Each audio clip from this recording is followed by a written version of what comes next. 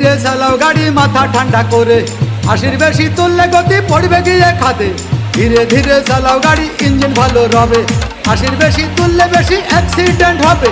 100 kilo যাওয়ার পরে 100 kilo যাওয়ার পরে রংটাকে আবার স্টার্ট দেবে।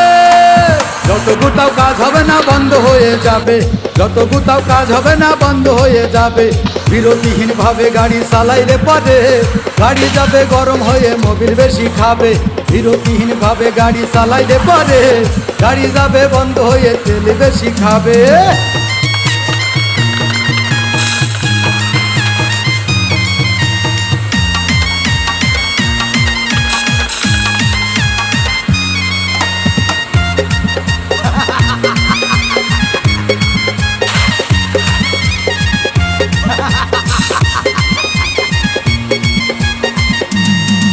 ওরে রাবার দিয়ে তো